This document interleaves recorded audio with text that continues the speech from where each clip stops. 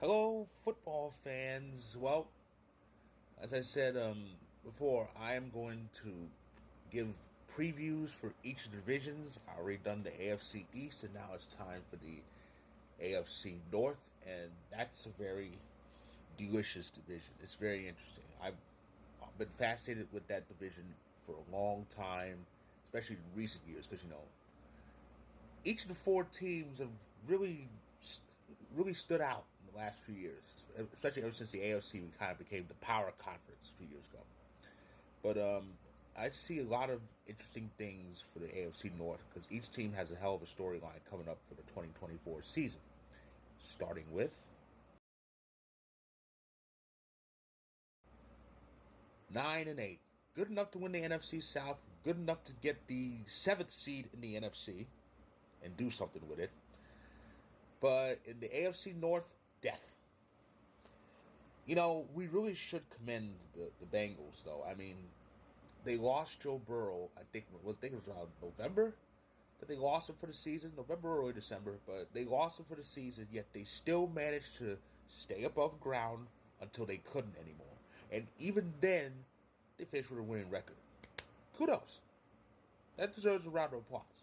They managed to finish with a winning record, even though they missed the playoffs. They finished with a winning record without their star quarterback for the rest of that year.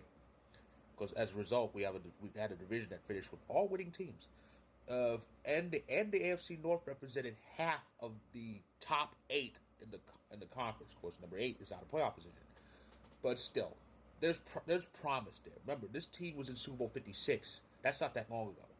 So, and they were in the AFC Championship again in 22. So, playoffs should be expected again. Would they win a division? Well, that depends. Because, like I said, the AFC North is beastly. Very beastly. And time will tell. This season will definitely tell if the Bengals will reach the top again. If they have a fully healthy Joe Burrow, there's a good chance they might take that division. They might. But we'll see what happens.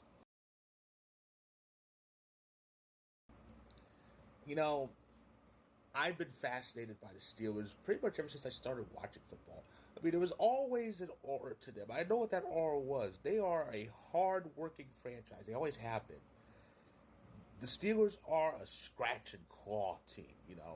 They have a lot of grit. They've always had that grit. Especially the team that dominated the '70s. They had that grit and sandpaper. And they still have it now. And we've seen it in the last few years. We've seen it in the years that have played since Big Ben retired, and they they battle against the odds and they succeed. And if there's one person really to thank for that, it's Mike Tomlin. Tomlin's a magician. Think about it. 17 years, he's never had a losing season. And he truly is the best out of the current coaches in the league. I would say it's not even close, but there's Reed, but Tom is the only one I put over Reed. And the Steelers, they did it last year. They scratched and clawed their way to a playoff spot. And so I think they're going to do it again. I mean, the team's strong.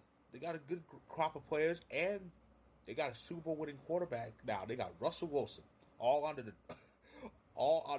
Denver Broncos die. Well, almost all of it. Pittsburgh's paying only $1 million for him. Wow, that has to be the greatest.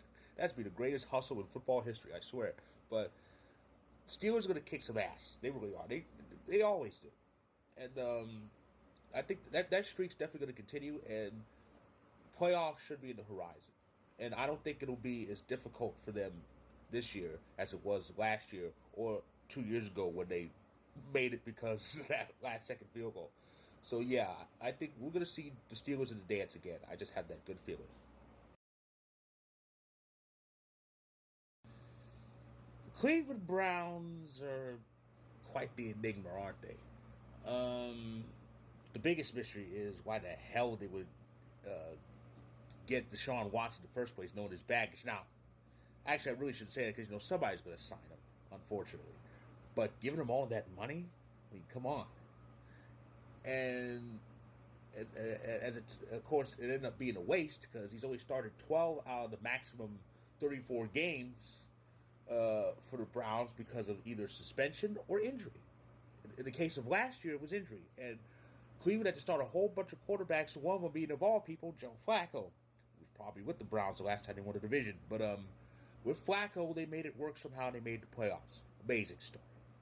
Now, they were 1-out, but still, it's kind of a success given the circumstances. Plus, they were without Nick Chubb for a whole year, damn near.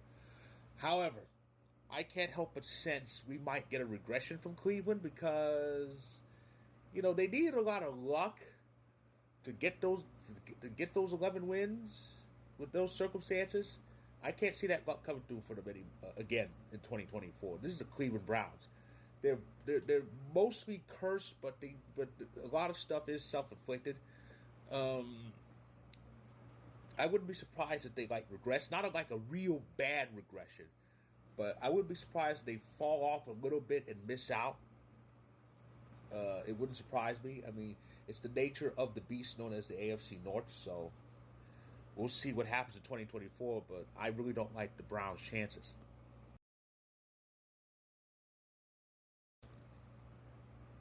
The Baltimore Ravens 2023 season was a dream year, and then it ended just a bit early for their liking.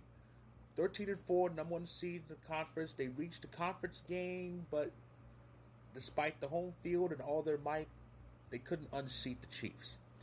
At least Lamar Jackson did his thing, which he always does. He put the team on his back, and he got a well-earned MVP out of it. But this is getting interesting now for the Ravens because they got Derrick Henry. Yeah, they got King Henry as their running back. Can you believe it? Now, he's getting close to the age of 30. He's getting close. Of course, 30 and sometimes even 29 could be like a decline for running backs, but some of them can still do it. I think Derrick Henry's one of those who can. I'll say this. If Derrick Henry still has his motor, or at least 75% of it, or at least as close to the same motor he had back in 2019, and I remember that year because I think I had him and Aaron Rodgers in the same team, and they had career years, and I won a championship because of it. If Henry can muster up at least 75% of that, don't be surprised we see Lamar Jackson in New Orleans on the second Sunday in February. I'm just saying. The Ravens look like they could be a force in that AFC North at least, as beastly as it is. But we'll see how they do in this upcoming 2024 season. It's right now with Derrick Henry in the team, it has to be like Super Bowl or bust. It has to be. So we'll see what happens with him. So anyway, AFC North. That's the AFC North. It is beastly. It is monstrous. It is amazing. And I can't wait to see them in action starting in September. So that is my preview of the AFC North. If you like this video, click the like button. If you're on YouTube, click subscribe if you want more. If you're on TikTok, feel free to hit that follow button. My story previewing the AFC North will be featured. Check it out where you can. And I've got 6 more divisions to preview, and I'll spread them out. I'll spread them out as soon as possible. So stay tuned.